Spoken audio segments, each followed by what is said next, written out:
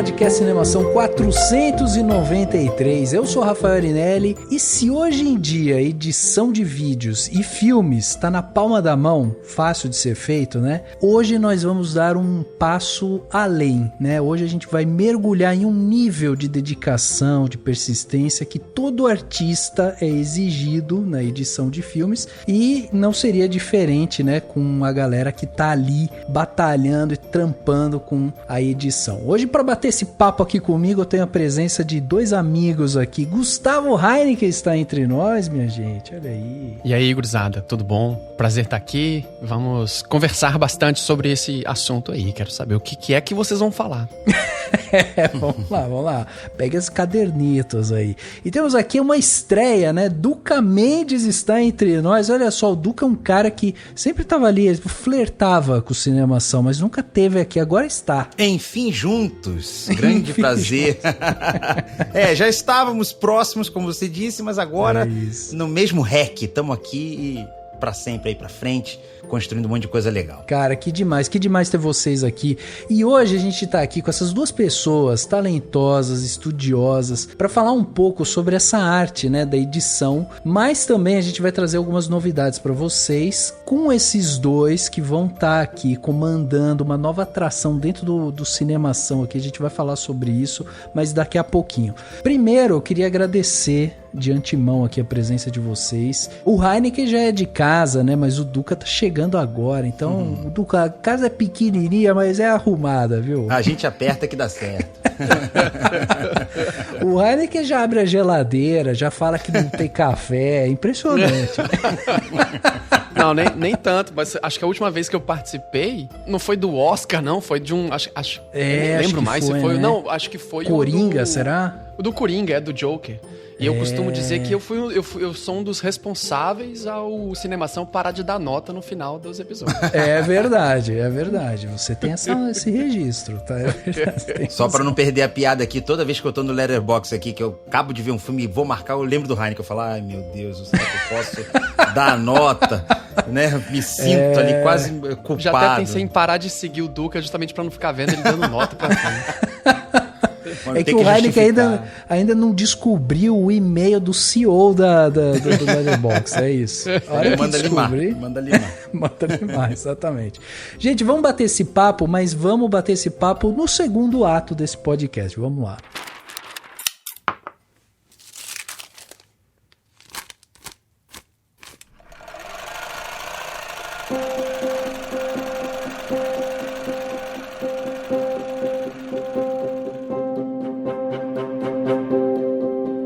Começar esse papo, né? A gente já pode anunciar para os ouvintes do Cinemação que no dia 13 de fevereiro vai estrear aqui dentro do Cinemação um novo programa dentro do feed. Você que está ouvindo, você não vai ter trabalho nenhum. É só você ir lá e ouvir. Só isso, não tem que se inscrever em nada e tal. Vai aparecer para você aí um programa novo que é o Segundo Corte, que vai ser comandado pelo Heineken e pelo Duca que estão aqui comigo hoje. E eu queria que vocês me ajudassem a explicar o que é o Segundo Corte, porque o Segundo Corte ele tem como veia principal dele ali, né, pilar principal, a gente poderia dizer que é justamente a parte, a discussão em cima da edição de filme. É por aí? Ou vocês também buscam algumas outras coisas? O que tem ali que a gente pode destacar aqui pro pessoal já ficar de olho? Bom, então vamos lá. É sempre muito complicado, né, a gente falar sobre o produto da gente mesmo, mas toda a ideia do Segundo Corte nasceu, principalmente comigo, de uma certa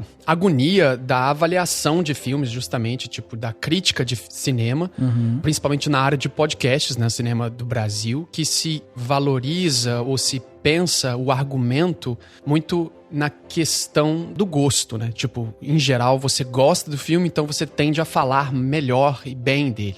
Você não gosta do filme, então você tende a ressaltar e falar mal, né? Falar pequenas coisas específicas ou grandes coisas específicas que te incomodam. E eu tinha sempre acompanhava, né? Sempre fui muito ouvinte de podcast. Então sempre tinha um pouco dessa agonia, assim, de saber que eu trabalho há 20 e tantos anos nessa área. Em geral, não tinha espaço para ser falado sobre questões técnicas técnicas da área, ou da área específica da arte que eu trabalhava, né? E ao mesmo tempo ficava essa avaliação muito em cima de gosto, de gostar ou não gostar e ponto, né? Às vezes era só uma questão opinativa. Embora eu acho que seja muito interessante, mas eu sempre senti falta de um espaço em que as pessoas pudessem conversar sobre o produto artístico, como ele pode gerar esse estado de fruição com o ouvinte ou com o espectador, para o espectador poder entender o resultado que a obra tem em termos artísticos, mas não tanto filosóficos ou não tanto jornalísticos, né? Ou seja, às vezes uma formatação de uma câmera, uma especificação de uma lente ou a forma como o cara resolveu cortar, ele está muito mais vinculado a uma percepção artística do que, às vezes, a vontade pessoal, ególatra do criador, né?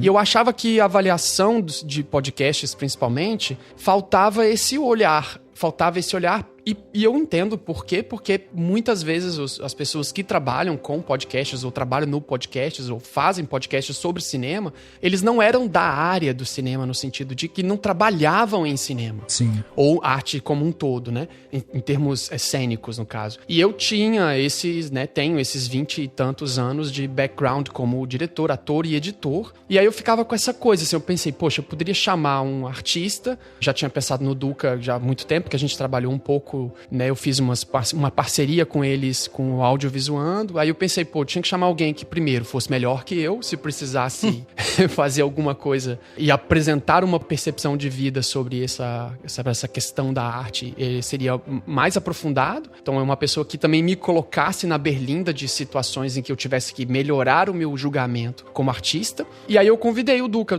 eu tenho essa ideia, vamos fazer esse podcast e tal, e o objetivo era justamente o breakdown daquilo que não se tem na avaliação de cinema podcast brasileiro.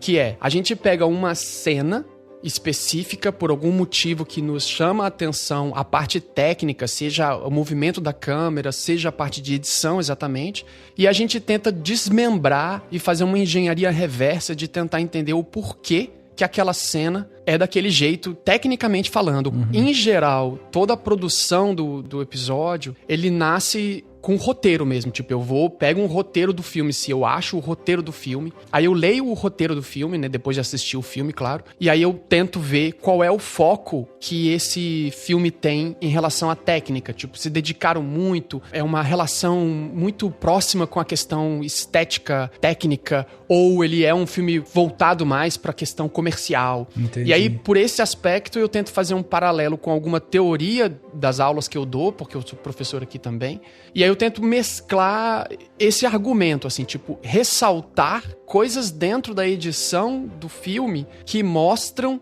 o porquê que aquele filme foi daquele jeito. Por isso, eu chamei de segundo corte. Porque na edição, a gente geralmente passa por mais ou menos 3 estágios grandes, né? Você tem um primeiro corte, um assembling, ou só um footage inicial, ou rough cut, ou first cut. E aí você pega esse primeiro momento e mostra pro diretor ou pra produtor, enfim, aí depende da estrutura, e a gente pode falar sobre essas coisas, porque em geral é uma coisa que a galera não conhece muito, e a pessoa avalia aquilo, julga, tá bem, tá dentro do esquema, tá junto com o roteiro, foi o que a gente pensou, foi o que aconteceu, ok, seguimos. E aí põe, eu não gostei dessa parte, tira essa, vamos mudar, tá faltando isso, tá faltando aquilo, e aí faz um segundo corte, uma segunda etapa, que é depois de ser avaliado pela pessoa que determina quem pode ou não. Tá. Então por isso que eu pensei, vamos chamar de segundo corte, porque é um podcast para falar sobre uma segunda etapa, além do gosto inicial do que já se fala. É uma ideia de avaliar a questão técnica em cima de notas especificamente técnicas para tentar fazer com que a pessoa, o público, reapaixone-se pelo corte e tentar reassistir o filme de uma perspectiva que não tinha sido tão falada até então, porque a gente não tá falando se você gosta ou não. Então a gente até pega filmes que a gente não gosta mesmo, mas tem alguma questão técnica que seja interessante. Quando você tá falando que você vai pegar o roteiro ele não tá dizendo ali onde que vão estar os cortes. Então quando você faz esse exercício de ler o roteiro e depois ver como é que foi montado, é uma parte de estudo mesmo para você meio que conectar tanto a parte da teoria, né, com a visão daquele diretor e daquele editor e tal.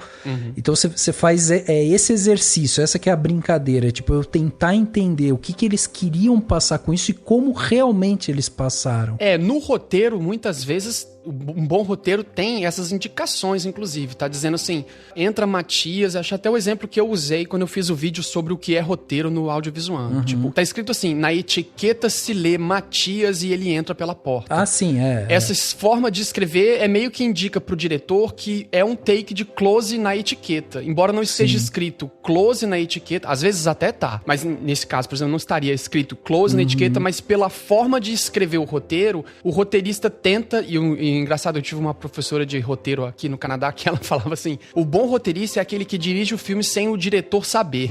Porque você escreve o filme de modo que o cara só consegue fazer aquilo que tá escrito e ele acaba sendo dirigido por quem escreveu. Né? Ela dizia um pouco isso. Mas é isso que tu dissesse mesmo. Pega o roteiro, eu tento dar uma lida, quando tem acesso, né? Porque alguns filmes, tipo a Netflix, às vezes liberam os filmes, mas não liberam o roteiro pra gente antes, né?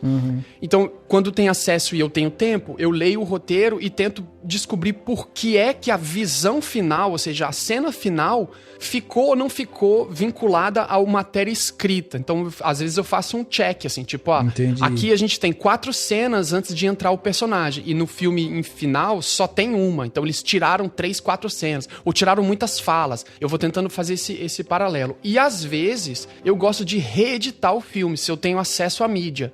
Eu ponho o filme nos programas de edição e recorto. Cada vez que muda a cena, eu faço um corte, mudo de tracking e faço um mapeamento. O Duca também, quando faz isso, faz um mapeamento, né? Quando a gente fez o La La Land, por exemplo, rola um mapeamento das cenas. Quando que vai pra grande angular, quando que vai pra próxima, quando que tá usando mais gente no frame e tal, pra tentar desmembrar, como eu falei, uma engenharia reversa de como aquilo foi feito. Porque provavelmente como os artistas que estão envolvidos no filme precisam fazer pra criar aquela obra, né? Precisam se juntar e tentar elaborar o porquê que a gente tá vendo o que a gente tá vendo, né? Entendi. É interessante você ter falado sobre esse negócio do roteiro, porque eu lembro que quando eu escrevi uma vez um roteiro de um curta, e aí eu fui mostrar pra algumas pessoas, quando eu tava escrevendo, cara, eu tinha tanta certeza do que eu queria em cena que eu colocava, aqui vai ter um contra-plongé, aqui não sei o quê. Aí eu fui mostrar pra algumas pessoas que falaram assim, cara, você escreveu um roteiro que é pra você dirigir. Porque você não tá dando espaço nenhum pra criação do outro, entendeu? Depende. Tem diretores, tem diretoras, gente que gosta de pegar, assim como atores também, né? Atores, quando você pega textos principalmente de teatro, que eu trabalhei muitos anos, às vezes na rubrica diz toda a informação, tipo, levanta a sobrancelha, se sentando, se sentindo melancólico e triste, olhando pra baixo, e ele diz, aí vem a fala, ou seja, ele dá toda a intenção de ação pra você fazer. E tem outros que, por exemplo, Nelson Rodrigues escreve rubricas que assim, hipostênico. Aí você só sabe isso. E aí e às vezes nem isso, às vezes ele só cita lá, tipo, atendeu o telefone. Ou nenhuma ação, só a fala. E aí você tem que inventar tudo. Tem ator que gosta de ser super, ultra dirigido pela obra e de você ter pouco espaço pra inventar coisas novas, mas ter que recriar aquilo que foi criado. E tem diretores e diretoras que preferem justamente escrever os próprios roteiros justamente pra não precisar ficar desmembrando no que a pessoa disse que a gente ia enxergar, né? Assim. Sim. O roteiro do Tenet, por exemplo, que a gente fez um episódio do Tenet já. O roteiro do Tenet ele mesmo dirigiu o próprio roteiro. Você vê bem, assim, que a informação escrita não indica nada. Você lê o roteiro, você não consegue meio que entender quais são os cortes, quais são as cenas, porque é bem tópico mesmo, assim, tipo, o personagem nervoso, correndo, você vê o personagem sentando, e só aquilo, sabe? E não tem toda a genialidade da Jennifer Lame, que é a editora desse filme, que mostrou o protagonista separado em 2 lentes, né? Porque, enfim, depois a gente pode falar sobre isso, que é um pouco mais complexo, mas cada vez que o personagem protagonista vai fazer ação, ela divide a cena em 2, ou seja, você vê a metade da ação num ângulo e o resto da metade dessa ação no outro ângulo. Entendi. E só no protagonista, porque é o protagonista quem tá dividido por esses 2 mundos, né? Então a genialidade dela foi justamente montar o filme todo picotado pra gente ficar vendo ele por 2 ângulos o tempo todo, né? Como um ângulo sim e um ângulo não, né? Como é o próprio personagem, né? Agora, Duca, vocês são editores, vocês trabalham com essa questão imagética e, né, tentando passar pro público, né, ali a emoção e tal. Agora, como fazer essa brincadeira só com áudio? Esse é um desafio, não é não?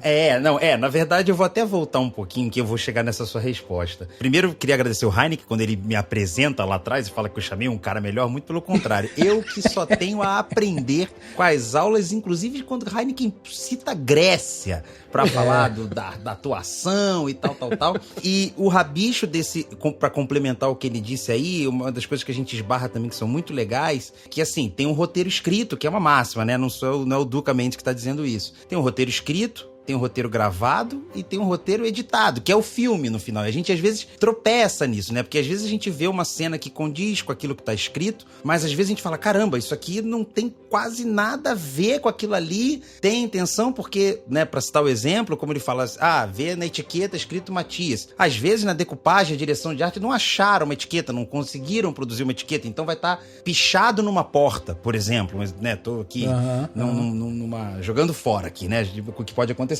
Então é muito bacana também quando a gente descobre esse tipo de coisa. E esse é um convite que o podcast faz, para não parecer também que é uma coisa muito técnica, que é que os ouvintes percebam com a gente esses detalhes, indiquem pra gente esse tipo de coisa. E aí vem o que você falou, né? A gente ter que traduzir o que a gente tá assistindo. Porque para quem aqui não ouviu o segundo corte e vai começar a ouvir agora, o que a gente faz? Quando o Heineken falou que a gente escolhe uma cena, quando a gente tá gravando, a gente abre o player, né, nas nossas máquinas, simultaneamente, a gente dá o play e vai narrando aquela cena, né? E isso o Heineken faz muito bem, porque ele vai tentando traduzir de fato aquilo que a gente tá vendo pra explicar, nessa hora teve um plano assim, e aí essa opção de colocar essa lente pode fazer com que você entenda determinada coisa. Então a gente busca uma locução, uma forma de contar uma narrativa que é do roteiro também, né? De quando você vai ler um livro, né? Quando a pessoa fala assim, sentado debaixo da árvore, tal, você começa a imaginar. E um dos nossos desafios é fazer com que o ouvinte imagine aquela cena. É claro. Sim. A gente convida as pessoas a assistirem o filme. Se já tiver assistido, abrir e ouvir o podcast junto. Mas a gente percebeu que muitas vezes as pessoas ouvem indo pro trabalho, como é comum do podcast, né? Da mídia. Então a gente se preocupa em ilustrar a cena, né? Porque realmente a gente, além de ter que descrever a cena, a gente tem que descrever o que poderia ser feito. Então pode ficar muita informação para quem tá ouvindo, mas eu acho que vale a tentativa, a aposta, e a gente quer ouvir, inclusive, de quem vai ouvir a partir de agora, esse feedback. Pô, a gente tá fazendo legal, o que a gente pode fazer pra contribuir, pra deixar isso mais mágico? Porque é esse o universo também, né? Não existe o certo e o errado, a gente não tá ali pra apontar um erro ou um acerto, a gente quer justamente exercitar esse ponto de vista pra que no fim possa de encontro ao que o Heineken falou, que é: não tem filme ruim, não tem filme bom. Obviamente você pode gostar ou não, mas a grande graça é você conseguir perceber e se encantar com a arte da forma que ela foi finalizada. Porque, óbvio, é muito fácil falar... A gente poderia ter sido assim, poderia ter sido assado. Esse cara não atua bem. Então, assim, peraí, como foi feito? Da onde nasceu? O que foi gravado? O que a gente tá vendo? Então, nosso papel é misturar ali aquilo ali que a gente tá vendo e recriar até possibilidades. Às vezes a gente fica falando, mas será que eles gravaram isso por causa disso? Não, eu acho que ele não fez isso porque a câmera não dava tempo de mover pra outro lugar. E aí a gente brinca, né? Se a gente conseguiu o e-mail do diretor, vamos tentar descobrir o que aconteceu aqui. Então, sim, é um grande desafio fazer isso só no áudio, mas eu acho que a gente tá encontrando um caminho, assim, eu acho que a gente tá num caminho muito legal e, como eu disse, mais uma vez reforço, queremos o feedback de todos que estão nos ouvindo pra gente deixar isso cada vez mais confortável, mais legal, mais gostoso.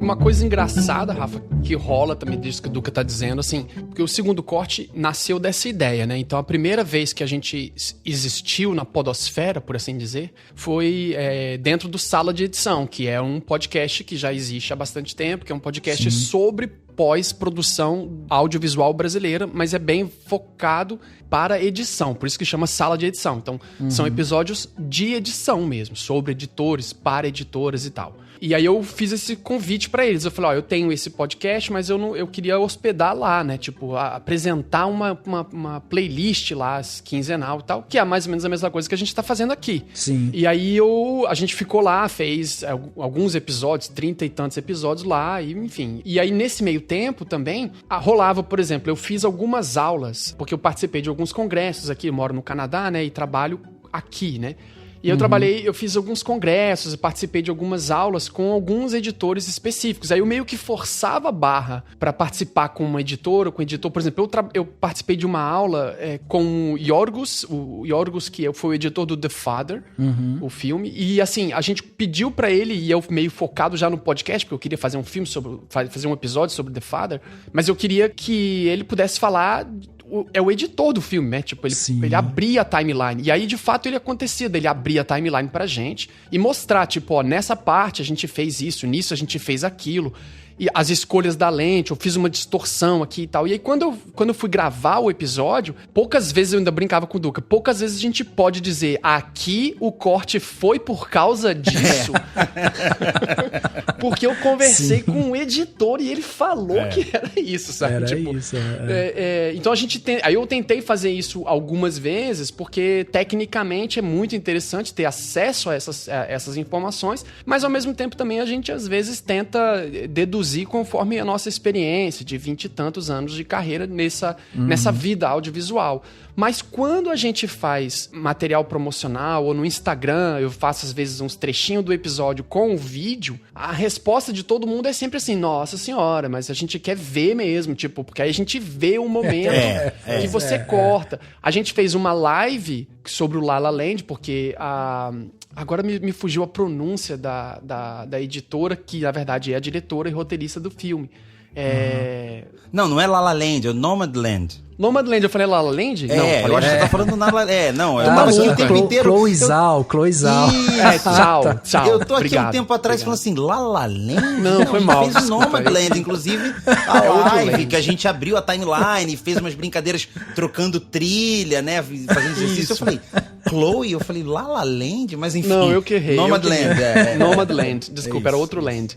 É o Nomadland, que é a Chloe Zhao, que é o nome dela. Ela que editou o filme, né? Tipo, ela que cortou o filme por falta de acreditarem mesmo. Eu fiz uma masterclass com ela e ela falou, eu cortei por falta de acreditarem. Tipo, ninguém quis fazer, não tinha gente que queria fazer.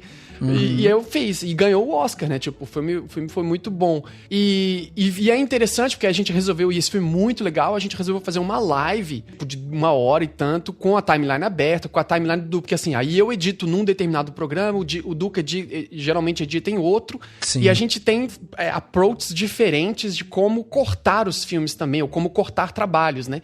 Então é interessante pro público também pegar perspectivas de duas pessoas que estão há muito tempo trabalhando com isso, mas trabalham de formas muito diferentes. O Duca tem mais pera na parte de vídeo mesmo, de representação visual, né? De vídeos como um todo, né? Que eu trabalho com muito motion graphics e tudo mais. E eu não, meu foco é quase 100% em narrativa, em curta e documentário, que é praticamente só o que eu faço. Eu quase não faço nada de vídeo mesmo no dia a dia do meu trabalho. E dou aula disso, na real, aqui na faculdade. E é muito interessante porque a gente bota essas duas perspectivas e quando a gente faz em vídeo, claro, o público fica assim, louco, falando, não, vamos fazer mais, vocês podiam fazer em vídeo. Só que é muito trabalhoso. E é muito despende muito tempo também. E tem o lance dos direitos autorais também, que é uma coisa que dá problema quando a gente precisa mostrar coisas muito grandes por muito tempo e tal. Porque também ficar falando superficialmente, mostrando pequenos trechinhos, a gente já faz no Instagram, né? Mas com a profundidade, eu acho que o podcast em áudio puro tem uma condição de chegar no nível que eu acho que ainda não dá pra fazer com os outros lugares, sabe? E vamos, né, já deixar bem claro pros ouvintes que a gente tá falando aqui de um cara que é professor no Canadá, mora no Canadá, né? O outro também é editor, tá editando muita coisa bacana. Entra depois, procura ducamendes.com aí pra vocês verem o nível da rapaziada que tá. Então, assim, vocês têm um know-how. Esse know-how técnico é demais, assim. Mas eu acho que o mais legal legal ainda é o know-how didático, entendeu? Porque vocês conseguirem passar isso para um público que às vezes está querendo conhecer, está querendo entrar no mercado, está querendo aprender ali alguma coisa sobre ritmo, né, e tudo mais, pô, isso que é o grande charme. E vocês pegam na prática, né? Por isso que eu gosto de brincar que a galera que trabalha com filme são os operários do entretenimento. Porque, cara, o que vocês... Operário do audiovisual. Né? Eu até vi esse outro dia lá na associação, que eu sou lá da AMC, né? Associação de Montadores de Cinema, a pessoa falou assim, vai sair o bloco, alguma coisa tipo, me edita que eu gosto. Eu falei assim, o problema é que vai estar vazio, porque os editores vão estar na ilha editando. Ninguém vai pro bloco. Mas eu não queria perder piada, Rafa, mas é muito legal você pontuar isso aí, porque que as pessoas não se assustem. Embora você tenha falado sobre o nosso know-how, no tempo que a gente tá na edição, eu acho que o Heineken vai concordar com isso, a gente tenta não fazer um podcast tão técnico. Óbvio que a gente traz a técnica, né? Como você disse, a gente tenta esclarecer alguns pontos, mas a gente também não consegue fugir do lado do espectador, não. Tanto que o começo do podcast, a gente fica numa resenha e aí acaba vindo a parte técnica, eu acho que de uma forma natural, comentando, pô, não gostei daquilo porque a trilha podia ser um pouco mais batida, e isso dá um ritmo pro filme mais lento ou menos lento. Então a gente tenta, não digo popularizar, mas suavizar os termos, né? Até pra virar um bate-papo também, porque como eu te disse, a gente, como o Heineken falou, ali não é uma questão da gente destrinchar tecnicamente, pura e tecnicamente o trabalho pra você entender. Ninguém vai virar editor. Nosso objetivo não é que você vire editor ou aprenda, né, necessariamente coisas de edição. A gente quer, de fato, falar sobre a arte, como ela pode ser manipulada, né, atingir determinados resultados. E isso traz um pouco de analogias com as coisas da vida também, né, Heineken? Acho que a gente tá sempre preocupado em trazer o gosto também. Às vezes até vem, mas eu prefiro... Porque é inevitável, né? Porque... quando você tem uma escolha, você vai ser tendencioso, não tem como. Então, parte do tipo de diretor, a gente às vezes acho que já aconteceu da gente fazer episódios do mesmo diretor, ou diretor de fotografia, ou roteirista, e a gente percebe que a mão daquele profissional leva sempre para um lado específico, né? Então, a gente acaba, por mais que a gente trate tecnicamente muita coisa, a gente tenta deixar quase que um papo de bar, assim, tentar deixar aquela coisa mais suave. Então, assim, fazendo o disclaimer aqui, invistam, acreditem. Sim, essa parte pode ser legal, entendeu? Pra você, de repente, levar o assunto. Eu acho que você, Rafa, é uma experiência, né? Você acha que tem esse ouvido e você continua o papo fora do podcast, né? Com outras pessoas. Pô, eu aprendi com esses caras aqui, o tal do L-Cut e J-Cut. Eu não conhecia esses termos, pô. Aí um dia eu tava aqui gravando o podcast e aí eu tive que explicar, tive que falar, olha, são 2 trilhas quando a pessoa vai editar, tem uma de vídeo, outra de áudio e tal. Então, tipo, isso daí é muito legal. Você vai ganhando realmente experiência em cima disso, né? Bacana. E eu gosto muito também, mas aí a parte quando vocês faziam alguns vídeos, quando vocês fizeram alguns spots, assim, né, de divulgação, inclusive, do segundo corte, quando vocês usaram uma vez... um trecho, porque eu sou fanzaço do The Office. E aí o Heineken mostrando, o cara falou assim, olha, ele fez um movimento de câmera que ele não ia conseguir trocar o foco. Então quando ele joga pro Jim lá, tá totalmente desfocado. E aí volta pra Pena aqui, tá no foco aqui, ó. Maravilhoso. Caraca, como eu nunca tinha visto isso, cara. Eu costumo dizer que eu quase não consigo mais me divertir depois que eu comecei a trabalhar muito com isso. E assim, porque aqui eu dou aula de introdução à edição, de edição avançada e operação de câmera profissional, que eu acho que é uma tradução livre do nome do curso, né? Na faculdade mesmo. E muitas vezes eu me pego, tipo, tô assistindo um filme, vamos lá, vamos ao cinema assistir. Aí eu sento e muitas vezes eu me pego nunca assistindo, sempre avaliando, assim, tipo, mudou a câmera. Por que ele mudou a câmera? Onde é que deve estar o boom? Caraca. Será que eles estão usando lavalier aí?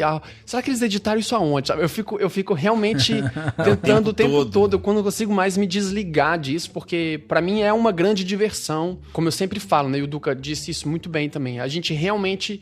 Não é um assunto muito técnico, alopradamente, mas é um assunto de valorização da arte mesmo, da edição, que é como a gente coloca até na abertura mesmo. A gente quer valorizar os profissionais, né, as profissionais e os profissionais que trabalham com isso, porque assim, o público todo, como um todo, tem que entender que existe uma máxima que a gente fala, que é quando você tem uma coisa, um projeto, uma coisa sua, e você põe isso na rua, tenta arrumar dinheiro, põe esse negócio pra rodar e faz trabalho, tem sempre aquele momento que a coisa pode dar muito certo e você fala, agora vai, sabe? Tipo, agora vai dar certo, agora o negócio vai. E muitas vezes isso pode ser justamente o que abre a porta profissionalmente pra você pro resto da sua vida.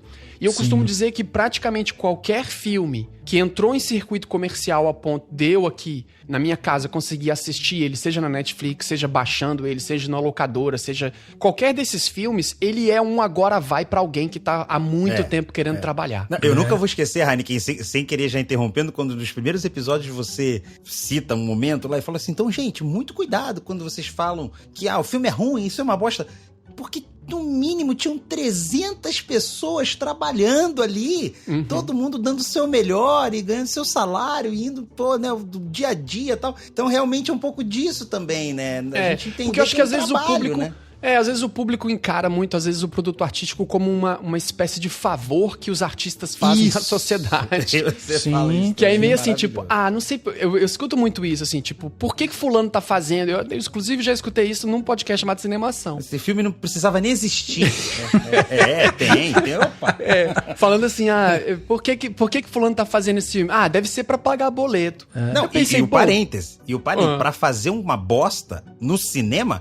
É trabalho pra caramba. Pra você fazer um filme horroroso, segundo os populares, deu muito trabalho, gastou E tem uma coisa, assim, tipo, eu fico sempre me perguntando quando batem nesse ponto, assim, deve ser só pra pagar boleto, fulano tá trabalhando, tá fazendo esse filme só pra pagar boleto. Eu fico pensando, mas o trabalho dele é esse? Qual é a lógica do argumento de que se a pessoa trabalha, ela tá trabalhando pra pagar boleto? É lógico, todo mundo só faz isso mesmo. Se chama capitalismo, o nome disso. A ideia é essa, você tem que trabalhar pra pagar, né? Então, assim, a gente brinca aqui e tal, mas é claro que eu entendo a ideia de você avaliar, porque o produto artístico, ele tende a ser uma questão... Emocional, né? Emocional e também abstrata na avaliação, abstrata, né? Tipo, exato. Ele toca individualmente diferente cada pessoa. Então é normal que uma pessoa se irrite com o Rei Leão, a nova versão, e faça brigas e tenha, né? Tipo, como rolou aqui nesse podcast até, uma sequência do Rei Leão odeia, volta e tal. É normal porque ele se propõe a fazer isso do lado do gosto, né?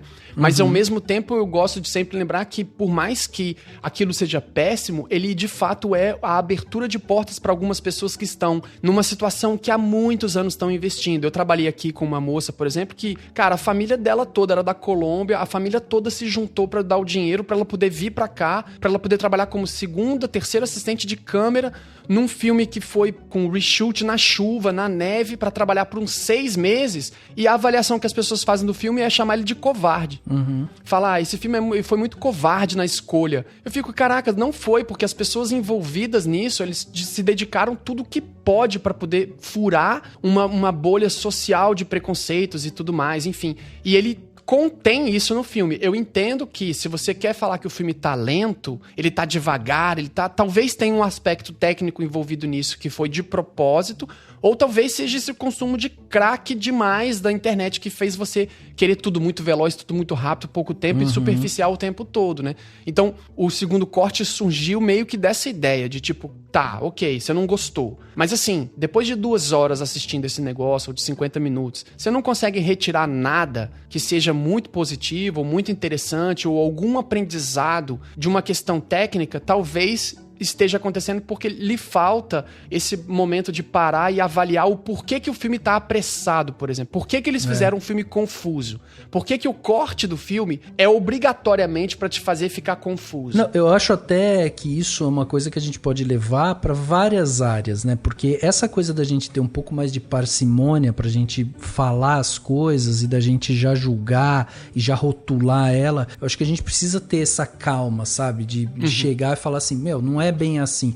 A gente pode pegar o mesmo exemplo, por exemplo, pegar um bar, um restaurante, né? A mesma coisa, você pode ir lá, daí você é mal atendido, você sai de lá falando que o restaurante é uma porcaria, que, né, não serve pra nada, que tem que ser fechado, que é uma espelunca e não sei o quê, e de repente tem lá 30 pessoas que, né, trabalham e tudo mais.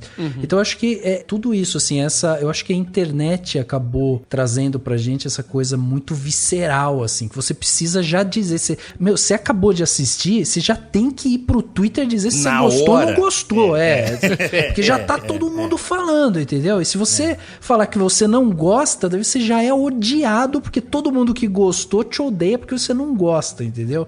Então é uma coisa muito, muito dúbia, assim, e eu acho que é isso, pra qualquer coisa, a gente precisa respirar um pouco e falar assim, não, calma aí, cara, vamos analisar. E eu acho que uma das coisas mais geniais que tem por trás do segundo corte é justamente isso, é se propor a trazer a informação para que você entenda. Você pode até continuar sem gostar daquele filme, pode até achar, né, que o filme não deveria ter existido e tudo mais, mas pelo menos agora você tem um argumento, sabe? Você pode chegar ali e falar, cara, entendi o que fizeram, entendi como fizeram. Agora eu consigo, né, justificar mais e não só simplesmente, não quero, não devia existir, entendeu?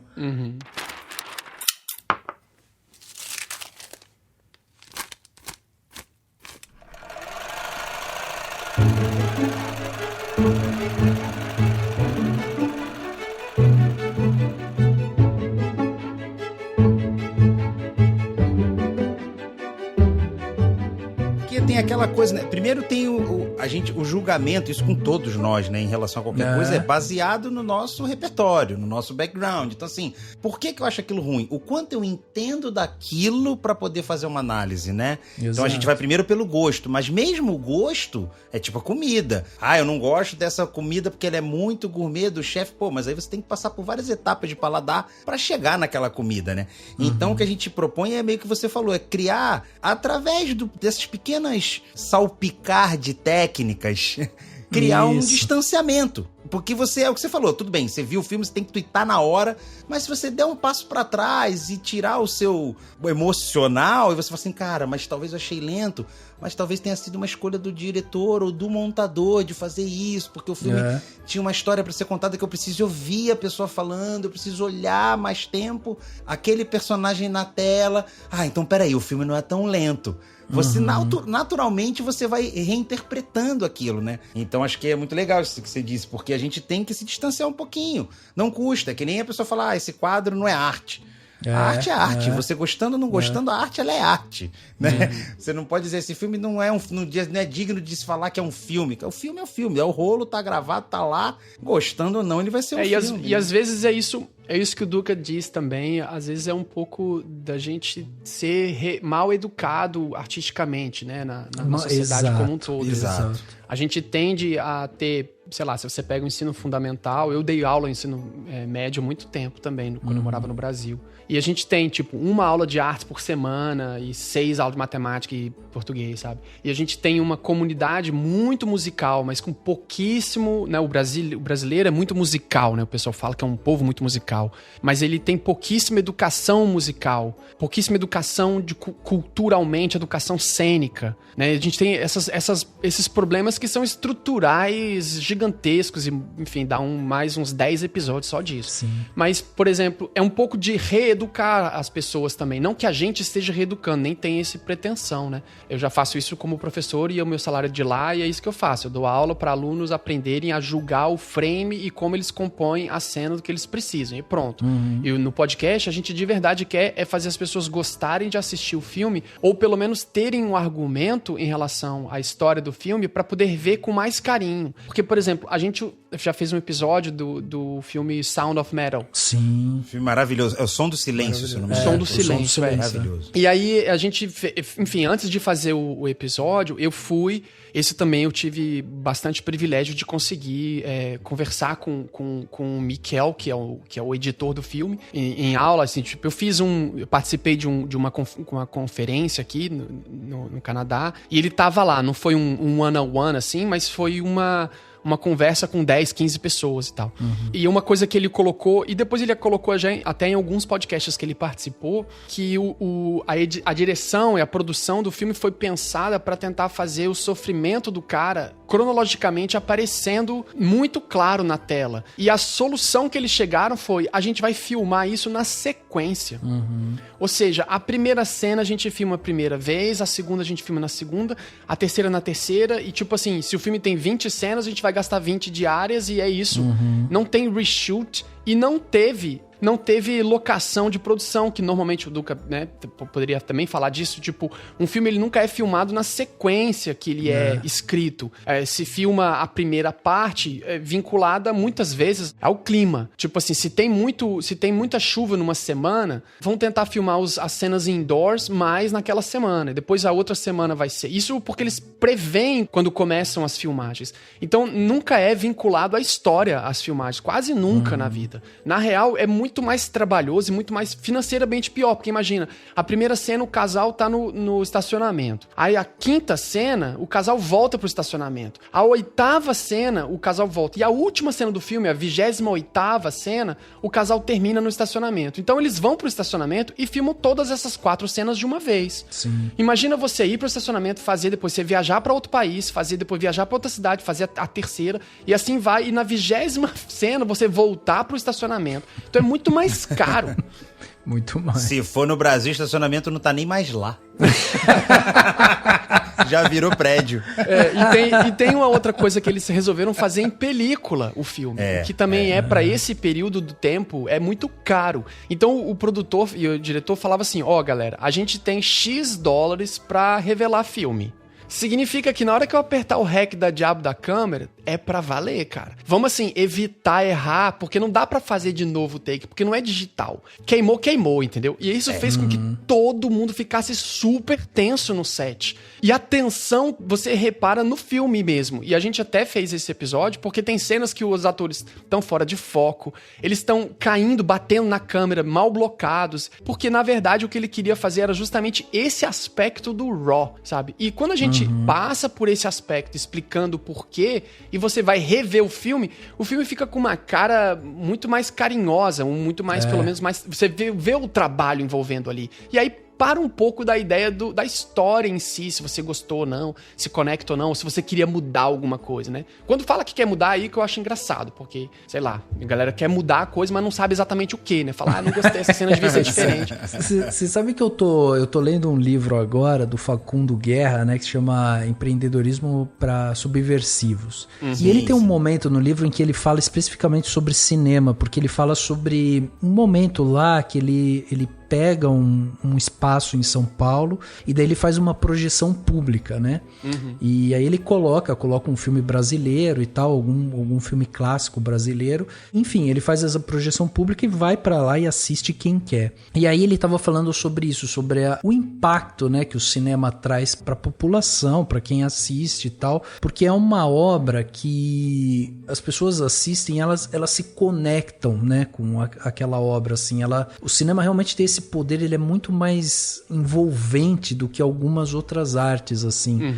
Então, quando a pessoa se sente abraçada por aquilo e ela emerge dentro daquilo ali, ela se sente inclusive representada. Então ele falava inclusive sobre isso, sobre o poder político, inclusive, né, que o cinema tem e tudo mais. Quando você traz essa outra camada de entender que por trás daquele filme, que mexeu com você, que tocou e que de repente traduz alguma coisa que você sentiu, que por trás daquilo tem um batalhão de gente que tá trabalhando naquilo pra fazer, pra editar, pra não sei o que e tal, aquilo ali ganha mais uma camada de importância. E aí você imagina que mesmo os filmes ruins, eles vão ter sempre essa camada a mais de importância. Então o filme nunca vai ser um zero, um total zero, sabe? Ele sempre vai ter um pouquinho a mais porque ele passa por isso, né? Ele sempre tem outras pessoas que estão ali e tal, e quando você entende, toma consciência disso, eu acho que toda a obra ganha um pouco, ela fica um pouco mais especial, sabe? Não só porque aquilo ali se conectou comigo, traduziu uma coisa que eu tava sentindo, eu não sabia expressar e tudo mais, mas também como você começa a entender que,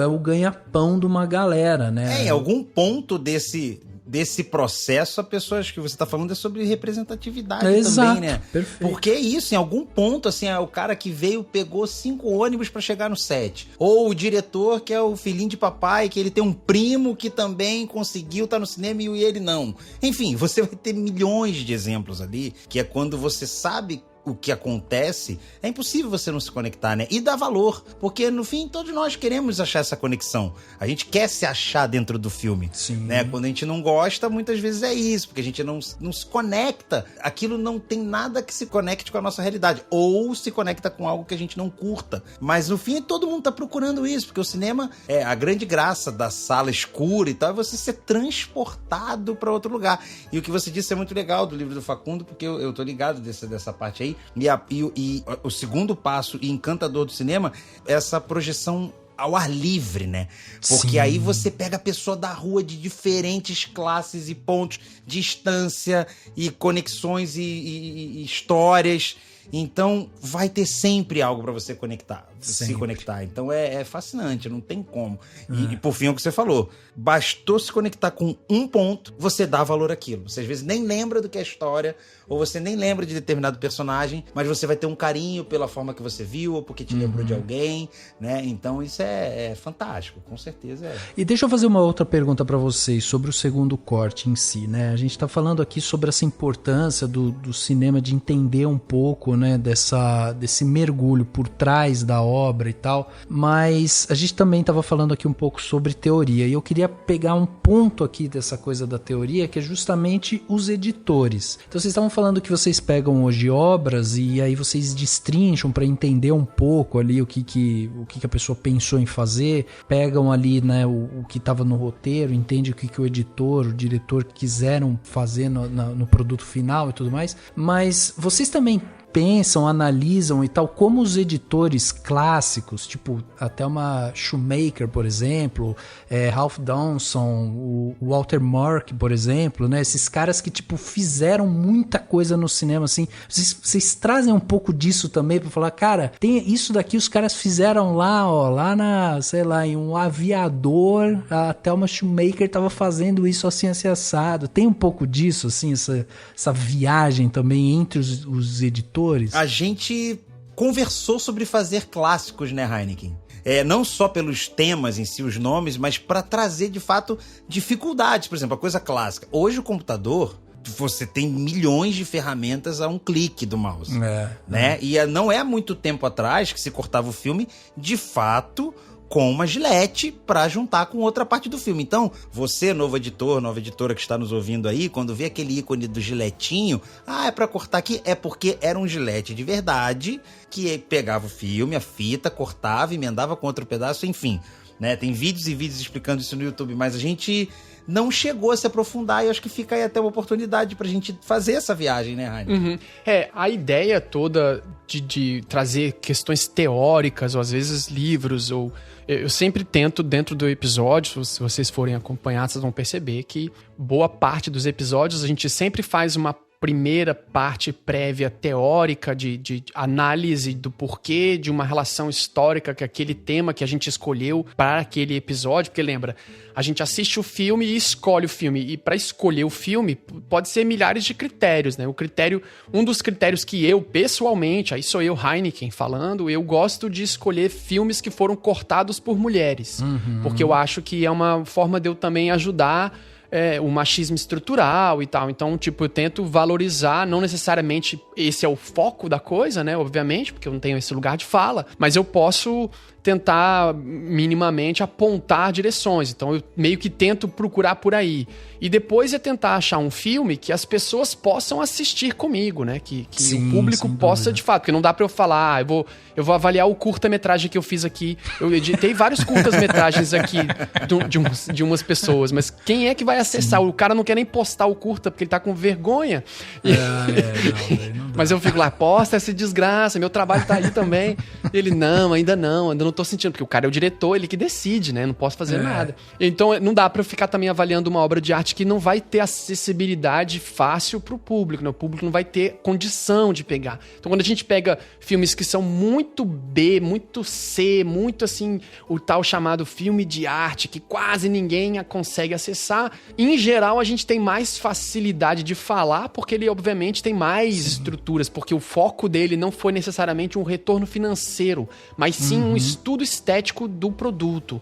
E filmes mais com pegadas comerciais, porque, lembra, gente, pra mim, todo filme é comercial. Sim.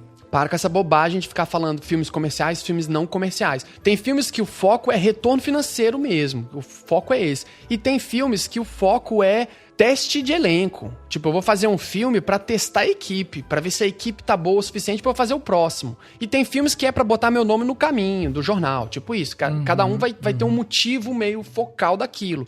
Então, você pega um filmes da Marvel, por exemplo, ela é bem focada em grana, ela é bem focada em retorno financeiro. Mas eles são todos comerciais, todos focam em ganhar dinheiro, porque é o trabalho dessas pessoas. Então, pra achar filmes que sejam mais fáceis, eles acabam sendo esses mais comerciais. E aí, então, surgiu esse lance de, tá, então se for assim, vamos de repente pegar os clássicos. E os clássicos é muito interessante avaliá-los porque eles não só estão baseados nessas estruturas acadêmicas mais estruturais, digamos assim, porque um filme de 50, 70, 80 anos atrás, ele tinha um foco mais acadêmico do que de guerrilha.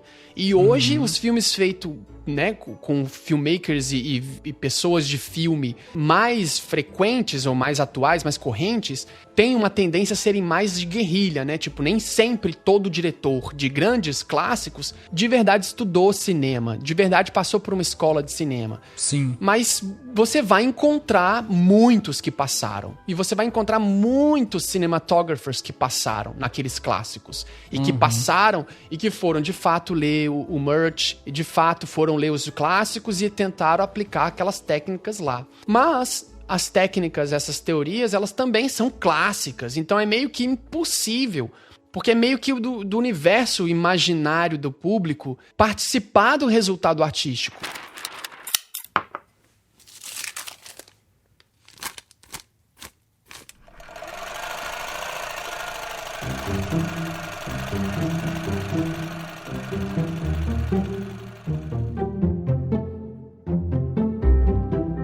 Muito interessante você falar sobre isso, porque assim, quando a gente está pensando no ato do consumo, faz parte realmente o público participar da obra, porque sem público não há obra, né?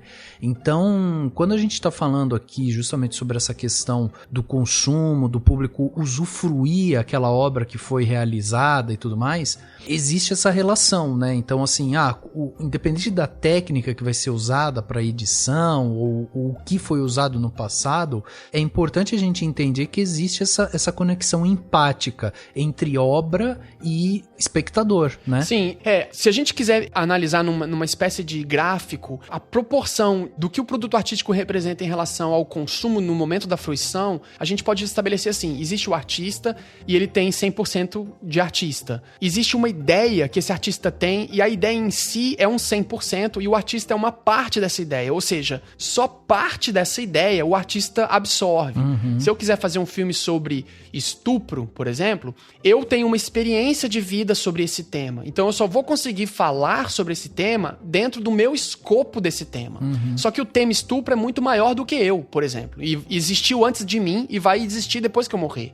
Porque o tema, que é o tema do filme, a história, as histórias, elas são maiores do que as pessoas que estão contando essas histórias. E, por consequentemente, o público também é um outro 100% que avalia parte da história que não contém no artista e parte do artista que não contém na história. Ou seja, eu vou assistir o filme do Batman e eu espero ver o Robert Pattinson lá, sabe? Tipo, eu meio que espero.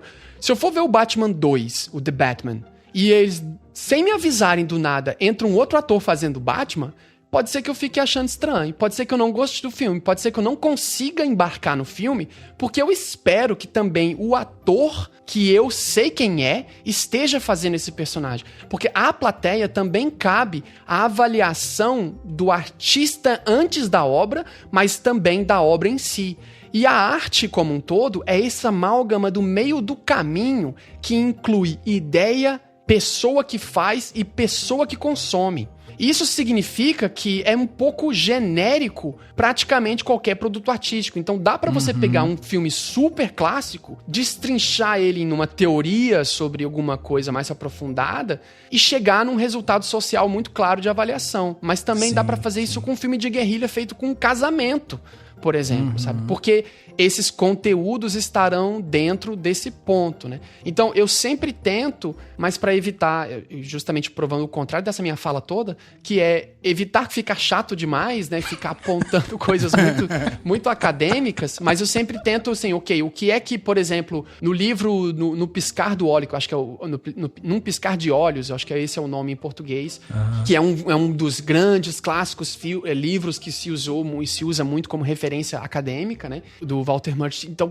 o que eu gosto de colocar lá? Esse é um cara que escreve um livro que explica que a ação pode ser no piscar do olho, ou seja, o corte do próximo take pode ser quando o ator finaliza a fala na emoção. Então o personagem termina de falar o texto dele e naturalmente o ator meio que pisca o olho. E é ali que eu tenho que cortar. Ou eu quero deixar o piscar de olho para mudar para a próxima cena e ele tá com o olho aberto e com isso eu transmito a emoção de um take pro outro, ou eu retiro essa perspectiva do piscar do olho pra ele e, consequentemente, eu apresso o filme. E com essa escolha, eu consigo fazer o filme ficar apressado ou mais lento. Basicamente, só escolhendo takes ou onde cortar ou não. Entende? Então, esse tipo de coisa a gente tenta fazer, sem deixar... Se me deixar, eu fico chato o tempo todo aqui falando, hein, gente? Mas quando eu falo, Rafa, que eu toda vez que eu vou gravar eu tenho uma aula, é isso aí, ó. É isso que eu tô falando. Pois o cara vai dar um exemplo tá e ele te bebeda, te dá um banho de informação e referência e palavras que a gente tem que às vezes voltar o áudio e ouvir em slow. Que você fala assim, peraí, deixa eu ver se eu compreendi. Porque muitas vezes eu me pego só ouvindo, né? Eu falo, tô ouvindo. Eu falo, peraí, deixa eu tomar uma ducha pra eu absorver. E é legal. Porque ele, depois de falar isso tudo, ele consegue trazer pra uma tuitada. Eu acho que entendi. Então, esse é um dos objetivos do segundo corte. Não, eu até acho que quando a gente pensa nesses editores clássicos e tal, né, os que ganharam o Oscar e tal, ganharam várias vezes Oscar, é natural e até vem do didatismo também, né, do que vocês estão falando, lembrar do cara que usou técnica X, Y naquele filme e tudo mais. Mas, por exemplo, eu perguntei isso porque eu tenho questões com a montagem que eu fico assim... queria saber, por exemplo, tem 2 clássicos, Sr. Haneke, que nunca eu entendi porque não ganharam a montagem, que foi Cidadão Kane e Casablanca. Não ganharam Oscar de montagem, perderam para Sergeant York em 42 e perdeu para Air Force. Como assim?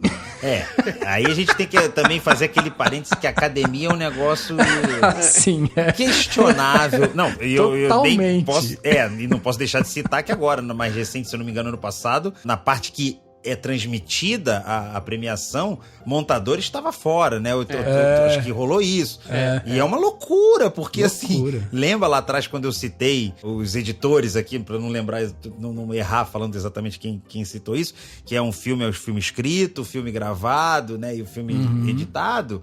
Poxa, se os montadores não têm um papel importantíssimo naquilo que a gente tá vendo enquanto resultado final, eu não sei mais o que a gente tá fazendo, porque é muito questionável. Então, assim, óbvio, eu não tô questionando a academia, mas às vezes decisões e, obviamente, políticas e tal. Então, como não sou profundo conhecedor dessa época e de como porque a gente também tem que se transportar para aquele... o que estava acontecendo na época. Mas eu deixo a bola pra vocês aí, porque realmente é difícil. Tem uma questão que é muito importante, assim, premiações, o Oscar, deixa eu fazer um parênteses, assim, tipo, no Oscar do ano retrasado, eu acho, eu tava trabalhando no dia da cerimônia, né? Tipo, em geral, eu tento assistir, porque, querendo ou não, embora eu não goste e não acredite e não dê valor ao que ganha e o que não ganha, ele é um grande parâmetro financeiro de abertura de portas, né? Pra quem ganha. No fim das contas, você ganha o prestígio de poder trabalhar melhor. É tipo isso. Esse é o objetivo dele. Popular, né? Isso, é só esse o foco, na real, porque tecnicamente ele não é representação. Né? Vitrine, não é uma representação. Então eu tava trabalhando no documentário, eu tava filmando o documentário que eu iria editar 1 ano depois, e tinha uma produtora que trabalhou ela é produtora de Hollywood no filme que tá na Netflix, que é o Punk, eu acho, que é sobre a história do punk dos anos 90, Foo Fighters e tal, e enfim, ela tava envolvida lá com Foo Fighters, e enfim, é uma produtora de cinema, que faz muita coisa de música, né, muito, principalmente documentário de música. E eu fui lá, tudo, né, tipo, e aí, será que não dava pra liberar a equipe hoje, pra gente poder, tipo, ir pra casa e assistir o Oscar? E ela falou assim, quem trabalha nunca se importou com essa desgraça desse Oscar. Ela falou desse jeito, eu fiquei assim, de cara, falei, como assim? Aí ela, quem trabalha de verdade nisso sabe que o Oscar é uma cerimônia para público. O público gosta de falar desse assunto, mas quem trabalha nem se importa.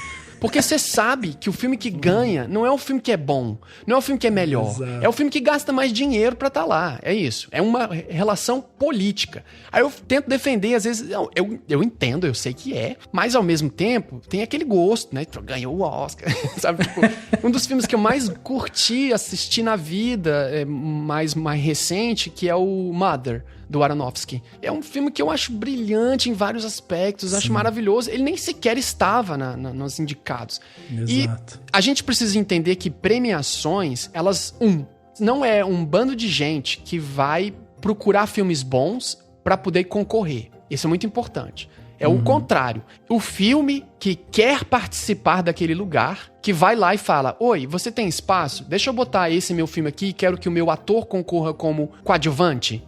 Porque às vezes, nem essa seleção ela é baseada em alguma coisa real. Não existe uma escrita coadjuvante, uma escrita protagonista. Quem escreve um personagem, não escreve o personagem pensando, isso aqui é secundário. Não, todo personagem é importante. Você escreve o personagem porque ele é importante naquele momento. Você não trata ele como se ele fosse menor. Você dá menos ênfase porque a história dele não é o foco que você tá contando. Mas aquele personagem, nem como você vai atuar. Ninguém atua um personagem e fala, não, eu faço super coadjuvante. Não, o ator que tá atuando num personagem, ele tá atuando 100%. Aquele personagem é fantástico, a cena é protagonista na vida dele. É sempre um breakthrough da coisa. Então, o que acontece? Por exemplo, aconteceu isso, eu acho que no Oscar do Green Book.